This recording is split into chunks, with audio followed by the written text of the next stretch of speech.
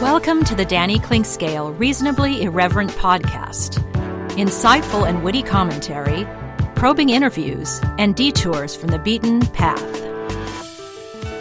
Every once in a while, we have to bring out the big dog. Yeah. Oh, God help us. It's time for Danny Unleashed. Sponsored by Easton Roofing, where integrity matters. Go to eastonroofing.com for more. Easton Roofing, commercial and residential, ready to help you out right now and helping you out with 10% off. Listen, I'm going to encourage you to go right now to eastonroofing.com. If your roof's been battered and beaten, if you know it's worn out, it might be time for a new roof, maybe just time for a repair. Estimates always free, inspections always free with Easton Roofing.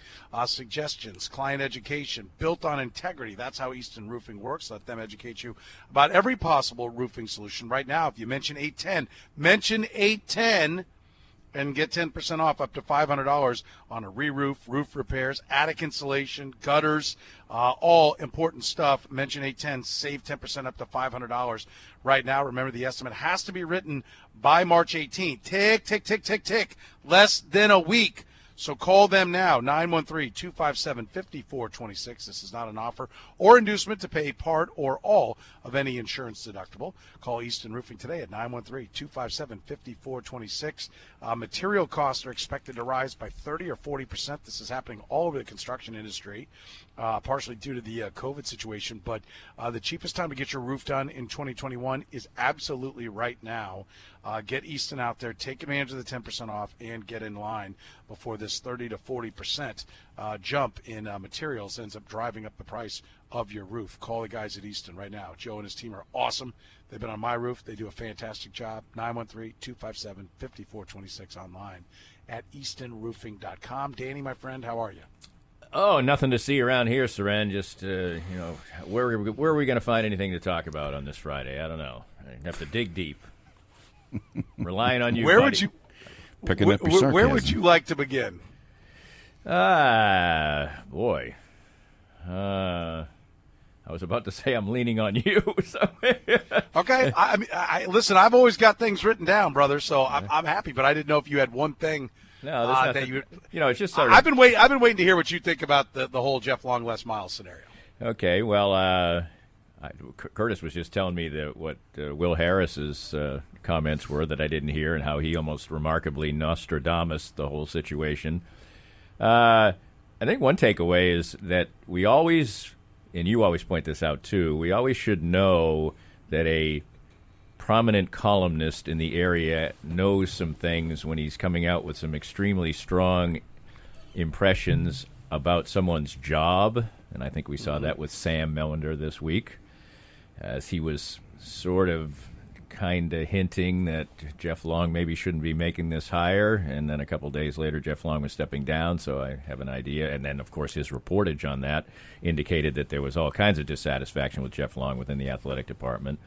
The hire didn't seem to be good at the time. It turned out to be disastrous, I guess. And, I'd say one remarkable side thing that just popped into my head is, and now, of course, they've been compromised by COVID, but just think what an absolute spit show the Kansas athletic department has been the last few years, and Kansas basketball has still managed to thrive. Horrifying things happen in their own program, and then the rest of the department is just a disaster in many ways, and yet Kansas and Bill Self just keep on ticking as far as basketball is concerned. And now, of course, we don't know what the future holds in that regard. So all kinds of stuff to talk about, and in the end, I think what you see is that the athletic department, the athletic director position, if it's botched, and apparently the chancellor, chancellors should realize that the athletic department, maybe they're not all that fired up about the fact that it gets so much attention if they're an academic, but it still is the front porch of your university. And if you don't make a good hire, and apparently from a lot of reports by people I trust, Jeff Long seems to be somewhat of a insecure megalomaniac.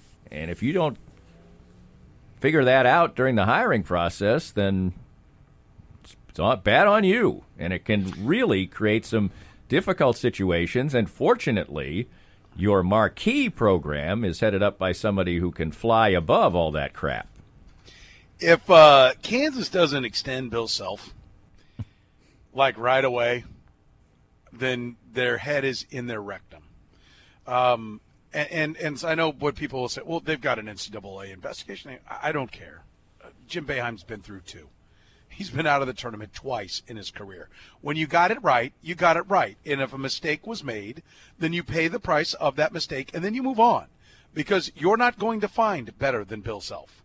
And I'm assuming that I'm optimistic for Kansas fans, right? And frankly, for my own ability to have good basketball to talk about. Okay, so selfishly, I'd like to see Bill Self kept in place. Not because you get tons of access to the guy. That's not it. Because he wins games, and he that winning creates compelling conversation points. I'm optimistic for Kansas fans that an extension is done, right? And just not being announced because they think it would be poor taste to announce an extension for Bill Self during an NCAA investigation, which stems from an FBI investigation into college basketball. But there is no reason, and let me be clear, none, to not be extending and raising the pay on Bill Self. That should be operation number one for whoever the new athletic director is. Lock him up. And frankly, who cares if it looks bad to people outside? People in and around your program, the ones that are going to give you money, are going to celebrate if you extend the guy. All right, so that should be number one for any new athletic director. But the thing that this has really jumped off the page at me, I'll give Jeff Long credit that he did not piss off Bill Self. Right? Al Bowl did that with Roy Williams. Jeff Long at least didn't do that.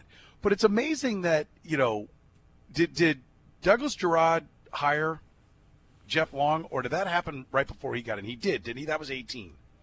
I think he did, but I'm looking that up. That's something that probably we should pay more attention to. I have no idea when Gerard was put in place. Well, I just read, and I should. July of 17 is when he was hired, because I just Googled Yep. it. Douglas A. Gerard began as the 18th chancellor of the University of Kansas in July of 17.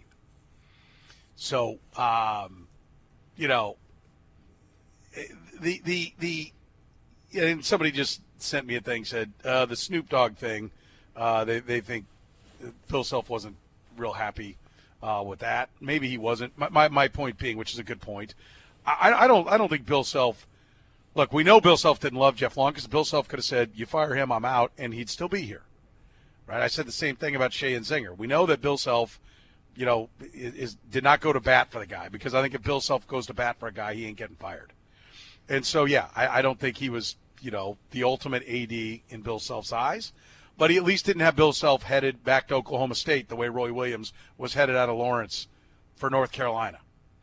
And so that's my point on that subject. But, an academic guy ultimately is responsible for hiring the athletics director, and that's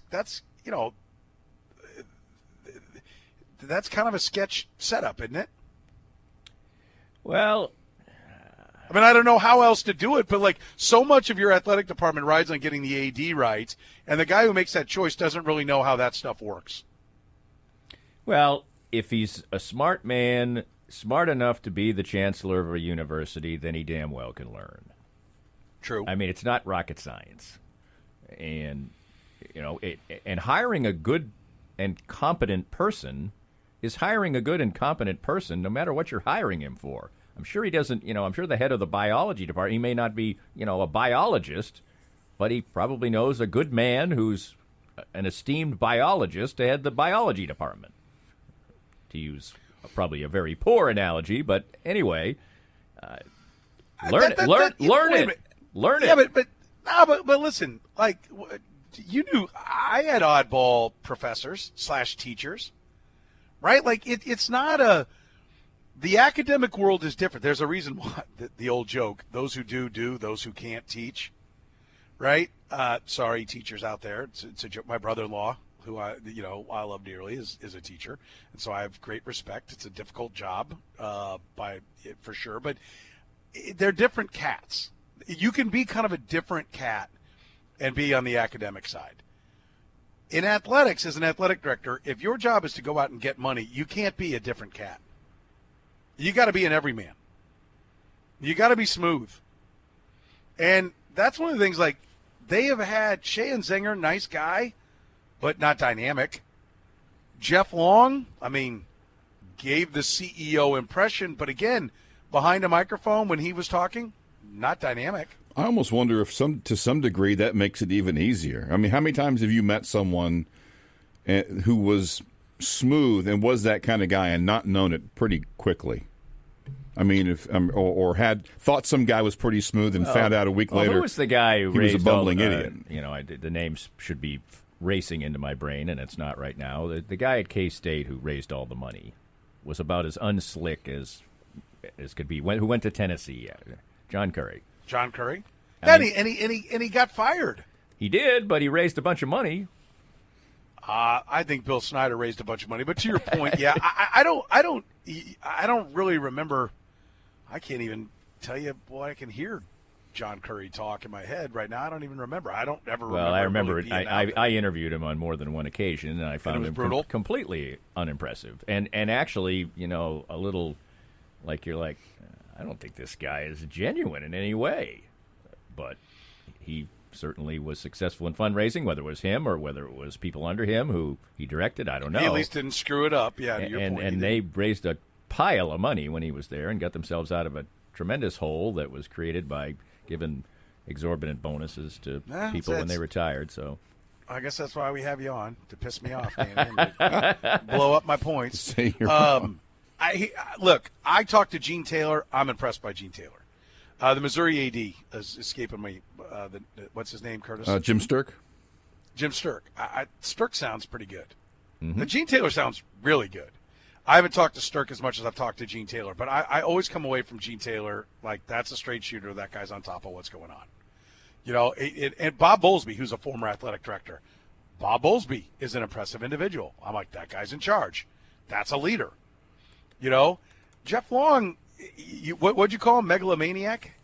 Right.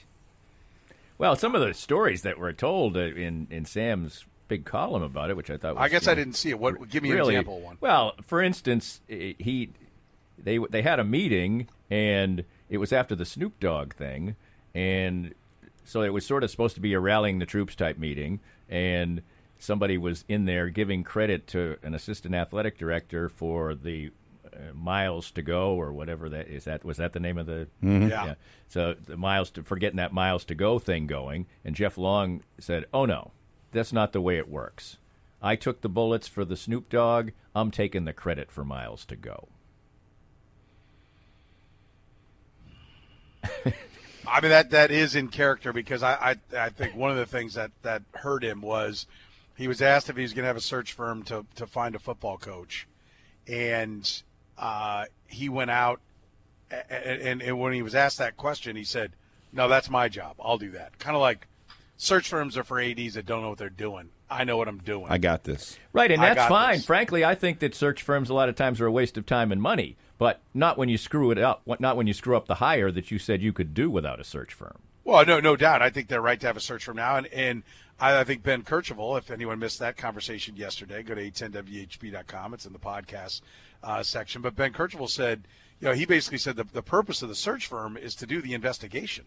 I said, listen, I go, in the press conference, and Ben Kercheval, like everybody else, heard the press conference with Jeff Long and went, well, that's not good. He's going down if these are his answers. But he said, well, he said he asked Les Miles, is there anything that could come back and bite us? Miles said no. I said, how much more investigation is an athletic director supposed to do? He goes, one word, or maybe it's two, I'm not sure, but the answer is search firm. And, so I'm with you. I think you should, a good athletic director should know from connections and having been around and his own eyes who the right guys are. And then the search firm should do the background and make sure you don't have this kind of crap, right. Ticking around. Right, but when the search firm, when you hear that the search firm is the one coming up with the names, I'm like, no, come on. Yeah. I mean, you need to know the names that fit your program, or at least the dream thing that you could, maybe some of these people are out of your reach or whatever, but you should at least, do your due diligence on them, move down to the next tier or whatever. That probably is not the case in the case of Kansas, but whatever. And then you're right. The detailed, dirty work, if that's what you want to have the search firm for, fine. But in the end, it's just another. I mean, it's been a while now since there hasn't been something dodgy going on in the athletic department. Good point. Quite a while. I mean, when was the thing with the ticket scandal? That's got to be over a decade ago now. Yeah. Lou Perkins fitness equipment. Yeah, and all that. I mean, and there hasn't been maybe 18 months that's passed without something like this going on. 2010. I mean, it's amazing. So give me the Danny Klingscale. Let's take a break because I don't want to get behind. But I want you to think about this. We'll start with this and then we'll transition away to some basketball. But who's the Danny Klingscale choice for athletic director? Who's the Danny Klingscale choice for football coach? We'll do that when we come back. You're listening to the program. Danny Unleashed, brought to you by Easton Roofing. Save 10% right now when you mention 810 with Easton Roofing. 10% up to $500. As long as you got to get that estimate written by March 18th. Call 913-257-5426. 913-257-5426. No payment collected until you're 100% satisfied. That's how Easton Roofing does business. Find them online at eastonroofing.com. I'm here with Joe Spiker, owner of Easton Roofing, and boy, we had to negotiate a million things in 2020, but Easton Roofing navigated them all. As 2021 rolls out, what should we expect this coming storm season? Well, Danny, it'll be the same thing as it is every year. The storms come, and you've got the guys out knocking on doors offering quote-unquote free inspections. Be wary as a homeowner. If somebody's knocking on your door, they probably need the work, and if they need the work that bad, they may be willing to do something untoward to get it. So if somebody knocks on your door, says they want to give you a free inspection, just tell them have a great day and give us a call. We'll come out for free and give you a good, honest opinion as to whether or not you need to do anything at all with your roof. And what's the best way to get in touch with Easton Roofing? You can always find us online at eastonroofing.com or give us a call at 913-257-5426. Easton Roofing. Integrity matters.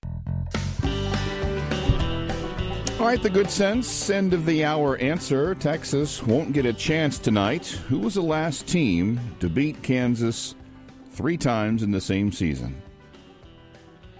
OU. Nope. Danny, what year do you think it goes back to?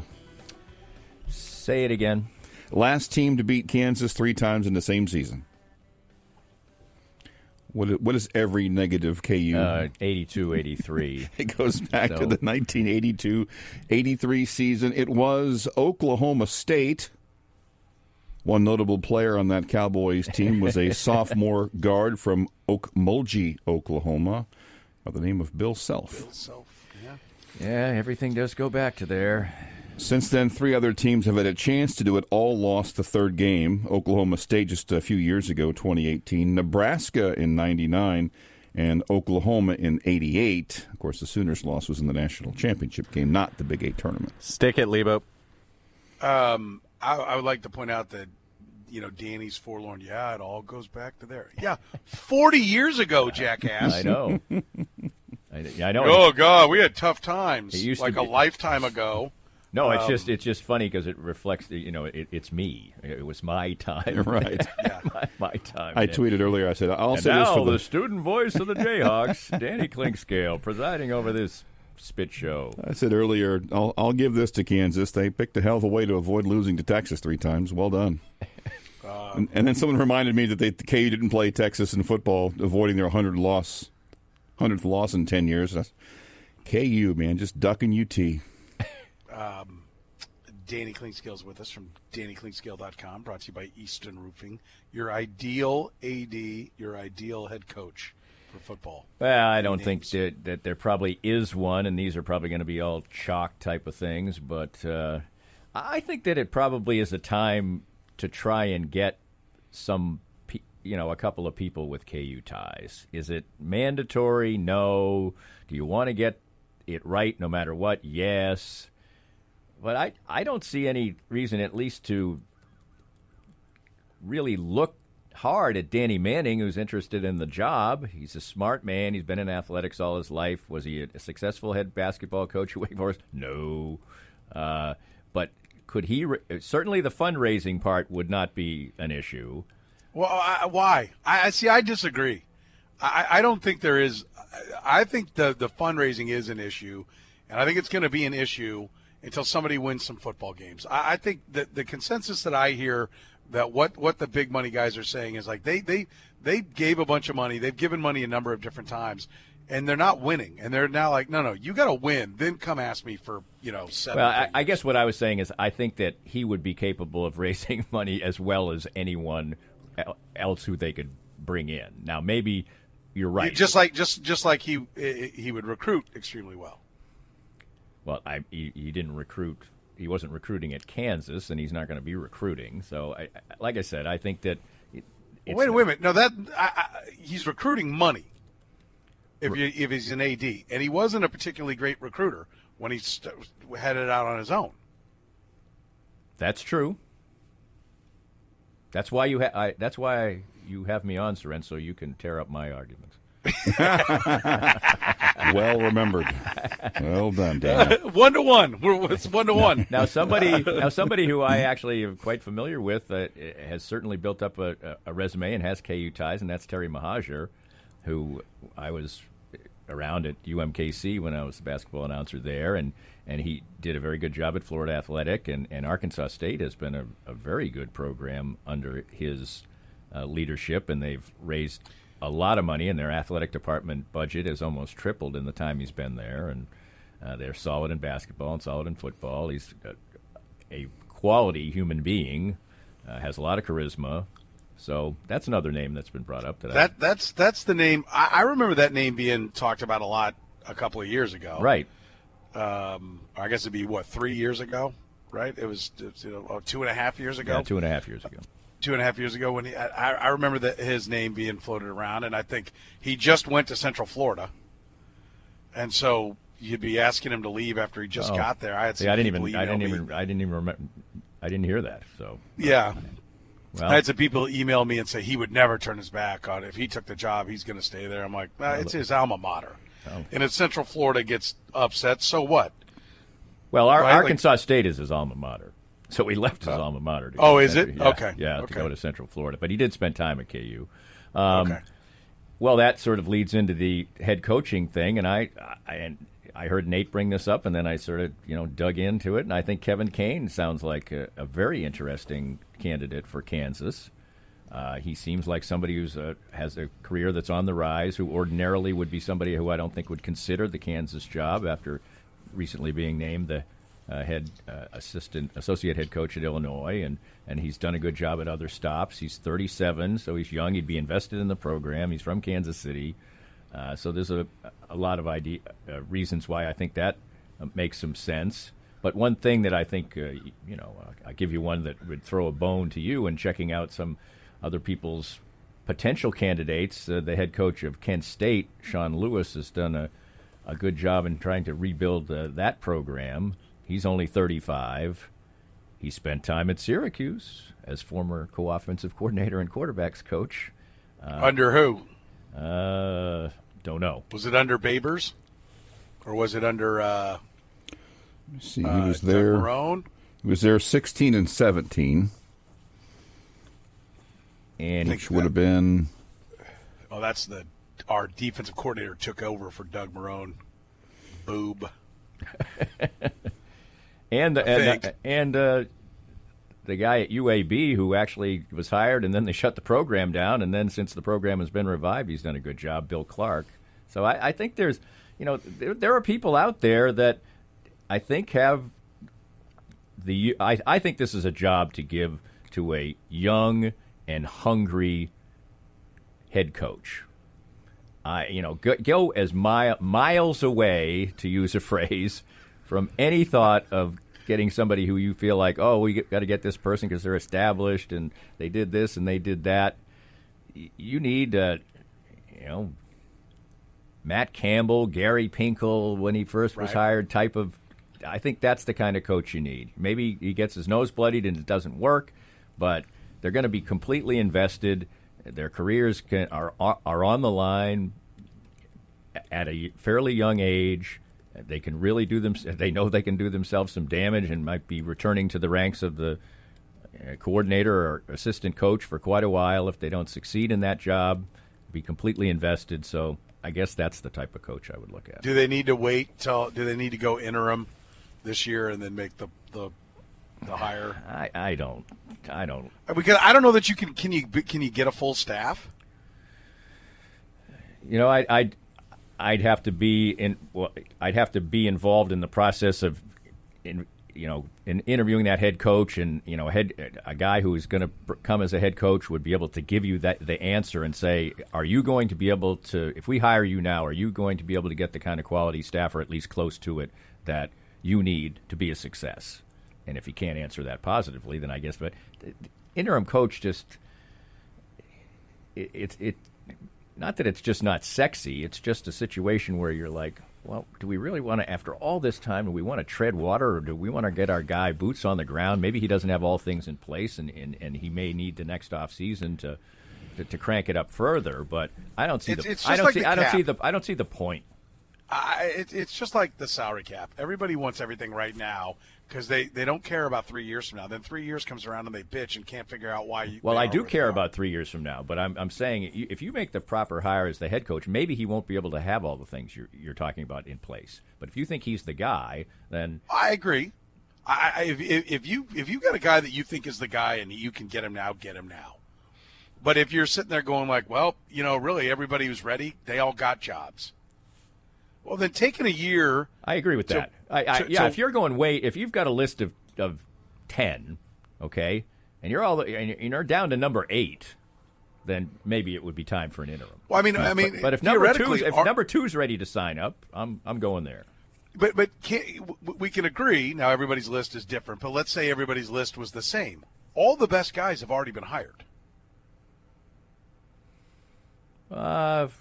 Well, maybe it's somebody who decided. No, in a mathematical world, I'm saying, right? Everybody's list is different, so this isn't true. But theoretically, all the hot candidates got jobs. So you're choosing from a pool of leftovers. Because they haven't played any more games since the season ended, so nobody's suddenly gotten better, right? Leipold got passed over for the Auburn job. He got passed over for the Tennessee job. Like, I'm just taking a popular name, the guy at Buffalo, right? Right. All those jobs, he was there. His season was done. They had the resume. Not saying that he might be a superstar, right? But like theoretically, everybody who had a job passed over anyone that KU would hire now. I guess what's popping into my mind in that regard is the fact that you have a situation where maybe there were less hirings this offseason. I don't know that to be true. It just anecdotally seems to be the case because you would think that less people were fired in the context of COVID. So, maybe you're not going that far down the list as you would have been in another offseason. Yeah, no, the flip side of that is what somebody said to me is, you can look at it that way, or you can look at it as you're getting first crack on the next season's wave. Right. Like, okay, but you don't have any new evidence that proves this guy's really good. That's true. Like one of the people on the list that I just mentioned played 4 games this year. Kent State played 4 games, for instance. Right. So. All right, let's take a break. Danny Clinkscale's with us. Danny Unleashed, brought to you by Easton Roofing. Remember, you can save 10% right now, up to $500, if you get the estimate signed by March 18th. So you got to call right now, 913-257-5426. Material costs expected to rise 30, maybe even 40%. That means the price is going to do nothing but go up this season. Call now. 913-257-5426. Find them online at eastonroofing.com. I'm here with Joe Spiker, owner of Easton Roofing. And, Joe, there's all kinds of roofing companies in Kansas City. People see their trucks, they see their ads, they see their commercials on TV. What separates you out from the pack? Danny, there's a lot of roofers in Kansas City that are good roofers that can put a good roof on, but we like to pride ourselves on giving you a good customer service experience. From the first time you call, you're going to get a friendly voice on the phone. We're going to let you know what's happening and when it's happening. And, the other piece is some companies are small enough to do small jobs. Some companies are big enough to do big jobs. We're right there in the middle. We can handle the little stuff. We can handle your repairs all the way up to your big commercial roofs. So what's the best way for folks to get in touch with you at Easton Roofing? You can find us at eastonroofing.com, or you can always call us at 913-257-5426. That's 913-257-5426. Easton Roofing. Integrity matters. You're listening to the program on Sports Radio 810 WHB. Soren, Petro with you. Thanks for joining us here on a soggy Friday. Hopefully your day's going better than the weather. Danny Clinkscale, Danny Unleashed, brought to you by our friends at Easton Roofing. Integrity matters. Joe Spiker and his team are absolutely fantastic, and they're offering you 10% off right now. Re-roof, roofing repairs, attic insulation, gutters. Save 10% up to $500 right now by calling 913-257-5426. Like I said, material cost is skyrocketing right now, so take advantage of it. The lowest price is going to be now. Go to eastonroofing.com to get more details, or call 913-257-5426. You got to have the estimate signed by March 18th. Not an offer or inducement to pay part or all of any insurance deductible. Danny, you're on board with Bobby Witt Jr. starting the year with the big club, right? No.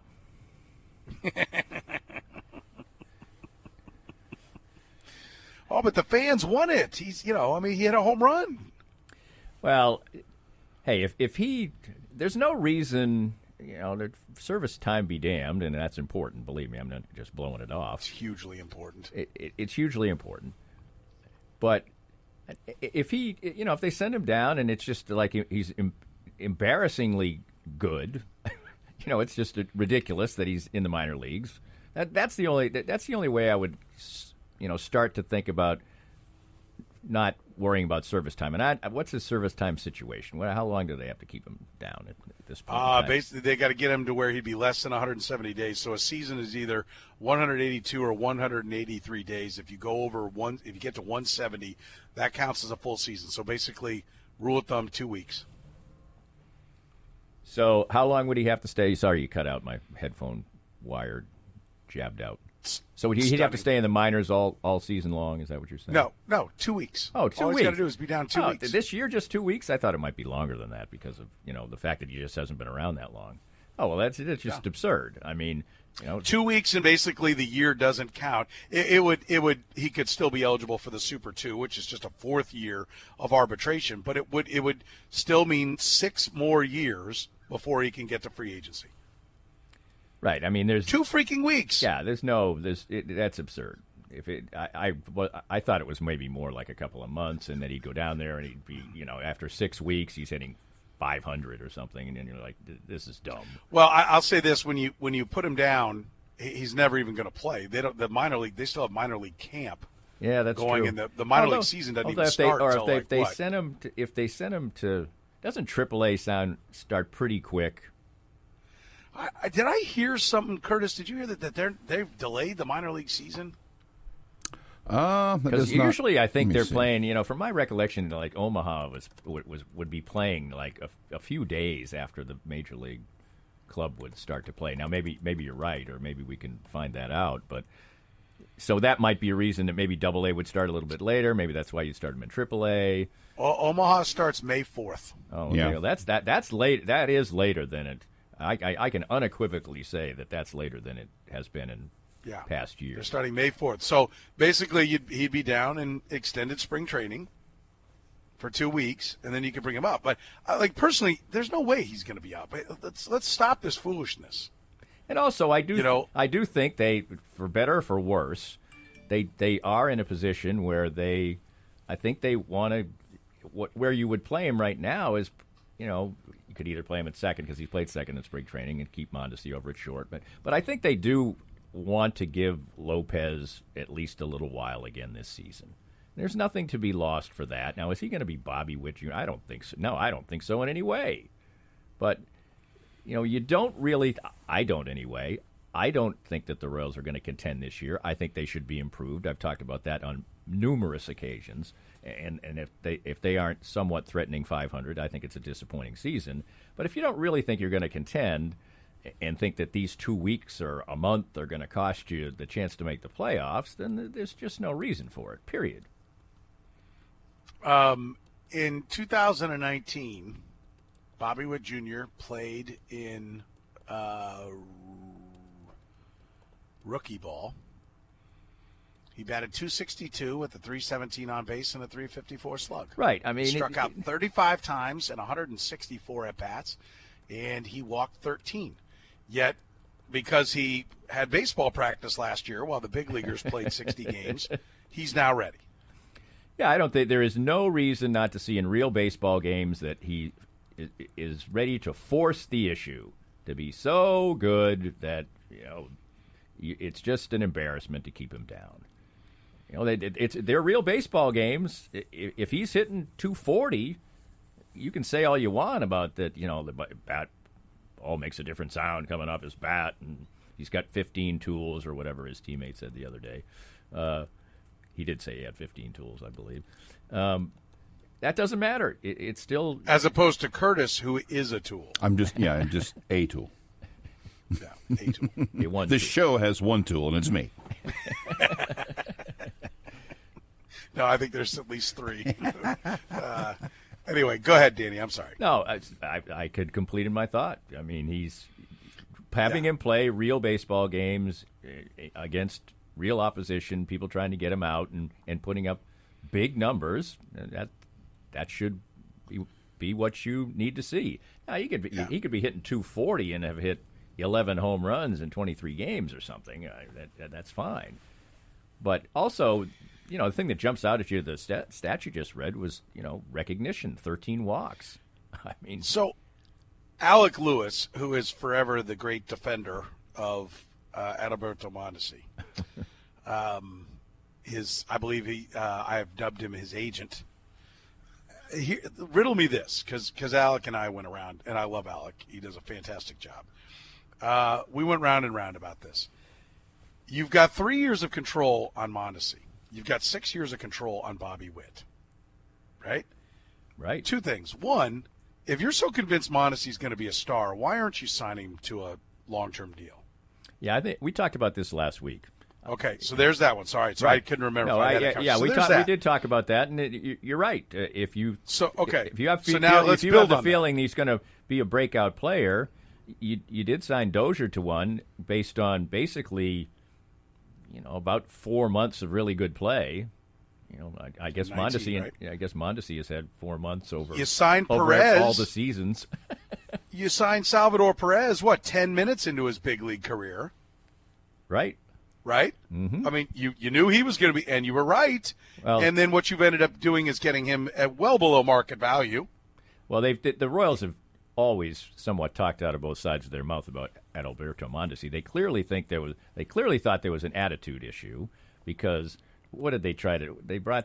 Who did they bring in to play in place of him? Oh, they brought Esky back. Esky back to try to say, hey, we're not just handing you this job, and then so they probably are, in my mind, if you were got them in there in a secret room, are probably thinking, well, we can't give him a bunch of money.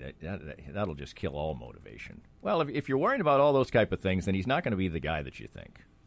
Yeah, so then use him while you have him, and then move him on to somebody else.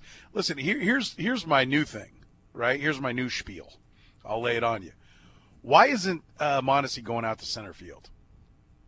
If Bobby Witt Jr. is this can't miss, why would you play Bobby Witt Jr. someplace else if ultimately you want him at shortstop?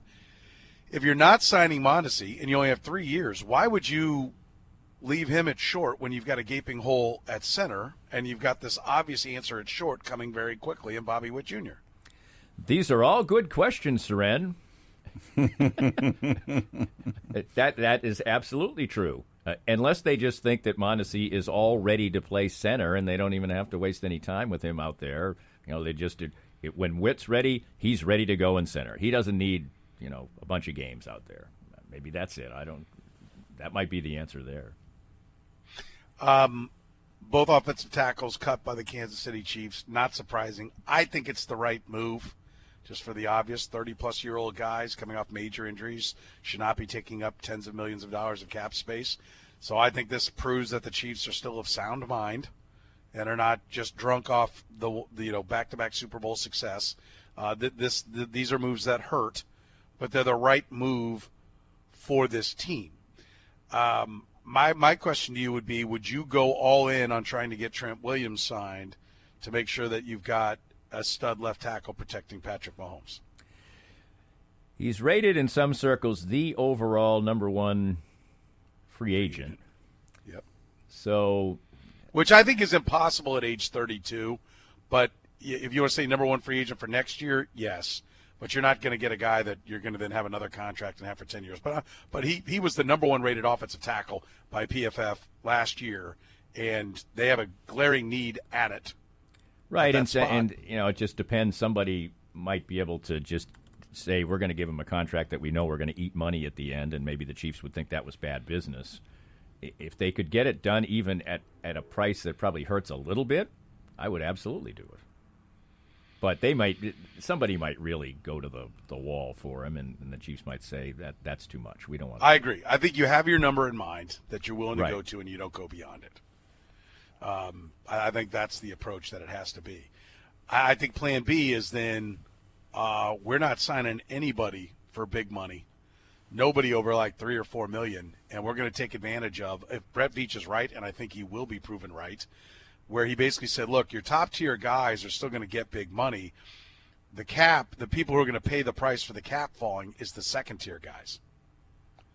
And so that, to me, means there should be a lot of value in the second tier. And if you don't get a guy who just absolutely nails down and answers one of your major problems, then you say, we're going bargain hunting, and we're going to get a lot of guys in that second tier. I agree with that.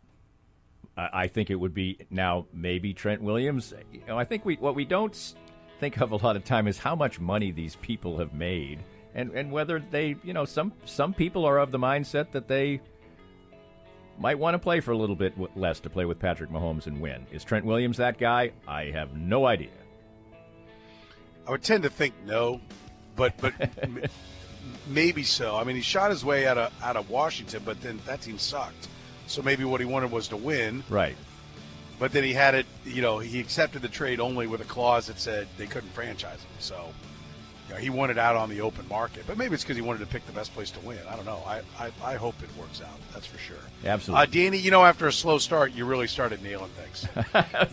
Thanks. After I got beaten up, I came off the rope. There's a lot of chatter about Frazier Ali this week. So, I came off the ropes. Yeah, very nice, very nice. DannyClinkscale.com. Check it out. We talk to Danny every Friday here on the program. This podcast was made possible by our great sponsors like Easton Roofing, the presenting sponsor of Kansas City Profiles at the Danny Clinkscale Reasonably Irreverent podcast. Easton Roofing, where integrity matters. We hope you enjoyed the latest Danny Clinkscale Reasonably Irreverent podcast. Come back soon for something fresh and new.